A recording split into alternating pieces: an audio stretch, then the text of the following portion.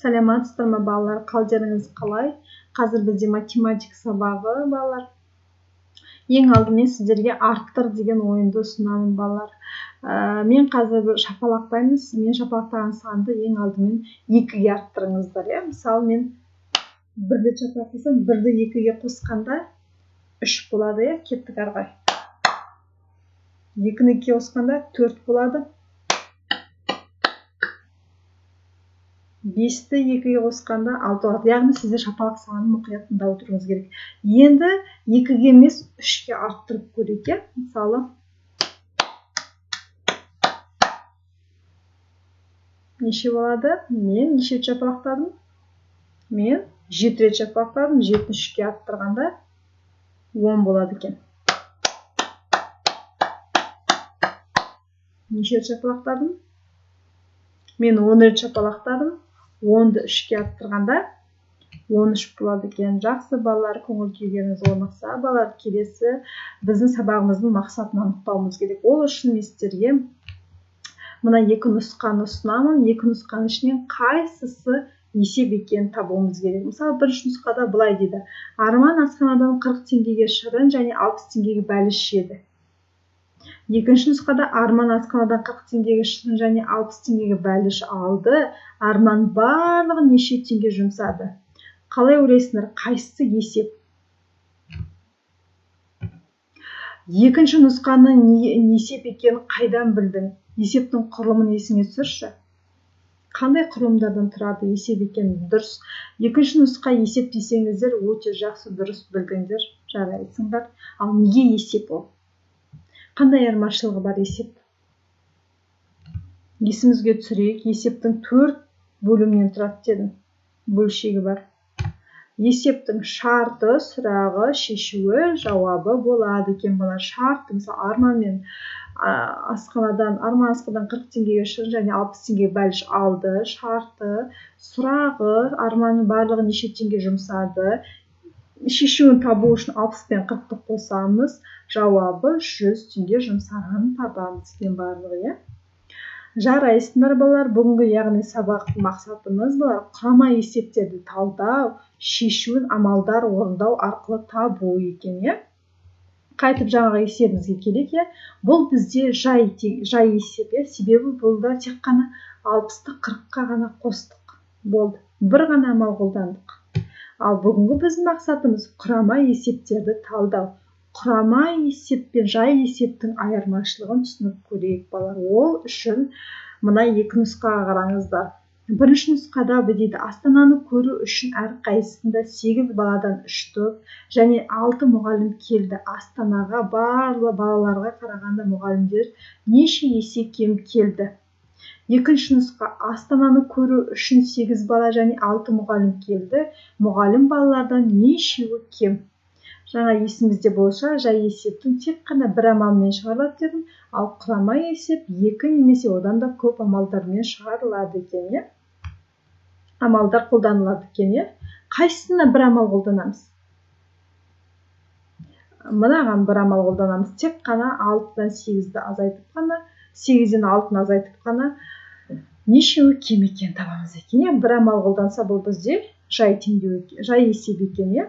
Ал бізге керегі құрама есеп. Енді осы есепті әрі қарай талдап көрейік. Құрама есепті. Бізде шартын жазамыз. Бірінші бала 3 топ, яғни 1, 2, 3 топ. Әр қайсысында 8-ден. Бірінші топта 8, екінші топта 8, үшінші топта 8-ден. Бірақ барлығы неше бала келіп тұрған білмейміз. Сонда бізде мұғалім 6. Енді сұрақ: не белгілі? Мұғалімнің 6 екені белгілі. Мұғалімнің 6 екені белгілі, сосын не белгісіз? Балалар белгісіз, бірақ 8 баладан 3 топ бар екені белгілі. Енді сұрақ, қандай сұрақ? Мұғалім балаларға қарағанда неше есе кем келді? Шешуін қалай табамыз? Ең бірінші балаларды табуымыз керек. Неше бала келді? 3 топтан 8-ден. 8-ді 3-ке көбейткенде 24 көбейту арқылы табамыз. 24 шықты. Шыққан санды, яғни бізде неше есе кем, неше есе артық деген сұрақ болса, біз міндетті түрде үлкен санды кіші санға бөлеміз. Яғни 24-ті 6-ға бөлеміз. Тең болады 4. Байқасаңыздар, біз бірінші 8 бен 3-ті көбейтіп алдық. Мына жерде мен 4 деп жазып қойыппын ғой, қателесіп кеткенмін ғой. 8 бен 3-ті, мына жерде 3 болып, 8 бен 3-ті көбейтіп 6-ға бөлгенде нәтижесінде 4 шықты. Мына жерге тең болатынын ұмытпын ғой. Нәтижесінде 4 шықты. Мұғалім балалардан 4 есе кем келді. Яғни мына 2-ге бөліп тұрып, біз бір құрама есеп құрастырып алдық, балалар. Келесі балалар есімізде болса, біз өткен сабақтарда лайк окей деген ойды ойнадық. Қазір мен сіздерге лайк, шапалақ окей дегенді ұсынамын. Яғни біз лайк окейға шапалақ ауыстырамыз. Бұны әрғай шапшаң жатуға болады. Қазір видеоны стопқа қойып, 1-2 минут қолыңды сергітіп алуға болады. Яғни бұл біздің екі миымыздың екі жағында дамытуға әсер тигізеді екен, балалар. Стопқа қойып әрғай істеуіңізге болады. Енді келесі біздің мақсатымызға қол жеткізетін тапсырма, сіздердің номер 2-ші тапсырма, мұнда қателесіп кеткенмін, номер 2-ші тапсырма 26-шы бетінде. Бұған сәйкес дискриптор. Есептерді оқисыңдар, не белгілі, не белгісіз, нені сұрайтын талдайсыздар, шешуін табатын өрнек құрастырасыздар, мән табасыздар. А пунктіне назар аударыңыздар. Мен қазір соны қалай шығаратынын көрсетем. Сіздер дәл осылай әмен бұны шығарасыздар. Мысалы, қаланы аралауға бірінші күні 3 сағат уақыт кетеді, ал екінші күні бірінші күнге қарағанда 2 есе артық кетеді. Қонақтар 2 күнде барлығы неше сағат аралады. Енді сұрақ, не белгілі? Мысалы, есеп оқисыңдар, мәнін оқып алғаннан кейін. Бір оқығанда түсінбесіңдер, 2 оқығандар, 2 оқығанда түсінбесіңдер, 3 оқығандар. Қашан түсінесіңдер, сол есепті соған шейін оқып алыңдар. Есеп не туралы екенін біліп алыңдар. Содан кейін, не белгілі мысалы? Бірінші күні 3 сағат, күні 3 сағат екені белгілі. Не белгісіз?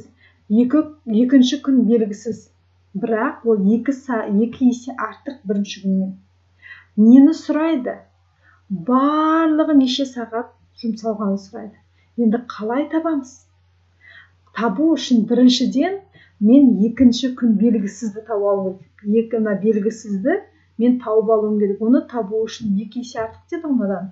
Яғни 3-ті 2-ге көбейтіп 6 екен таптым. Яғни ол екінші күні 6 сағат жүрген екен. Бірінші күні 3 сағат, екінші күні 6 сағат. Екеуі де белгілі. Енді барлығын табу үшін 2 күнді де қосамын. 6 мен 3-ті қосамын. Екінші күнмен бірінші қосқанда 9 шықты.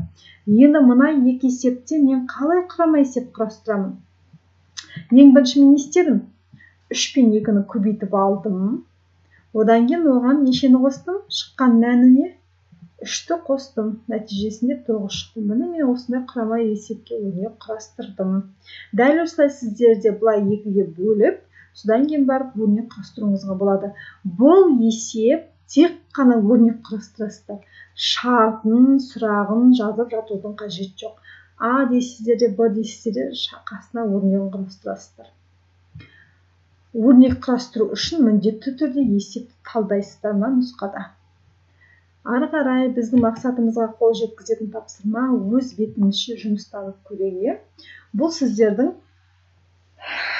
кітаптарыңыздың, оқулықтарыңыздағы 27-ші беттегі номер 3-тің әсі мен бысы. Яғни сіздер мына есепті шығарғаннан кейін бұл есеп сіздерге көп қиындық тудырмауы керек. Себебі дискрипторын есептерді оқы, не белгілі, не белгісіз, нені сұрайтын талда, қысқаша белгілеуін жаз, тек қана осы айырмашылығы бар. Шешуін табатын өрнектер құрастыр, мәнін тап. Яғни серуенге мысалы 24 қайсы сөзінің байланыстыры қыз, ұлдар нешеу екен табасыңдар, барлығын сұрайсың, табасыңдар. Егер балалар, бүгінгі біздің мақсатымыз құрама есептерді талдау, шешуін, амалдарды орындау арқылы табу деп болды ғой. Егер сіздерге құрама есептің не екенін түсінбесеңіздер, есептерді шығара алмасаңыздар, тамырға стикер қоюыңызға болады. Сабағы құрама есептерді түсіндім, бірақ есептерді шығарғанда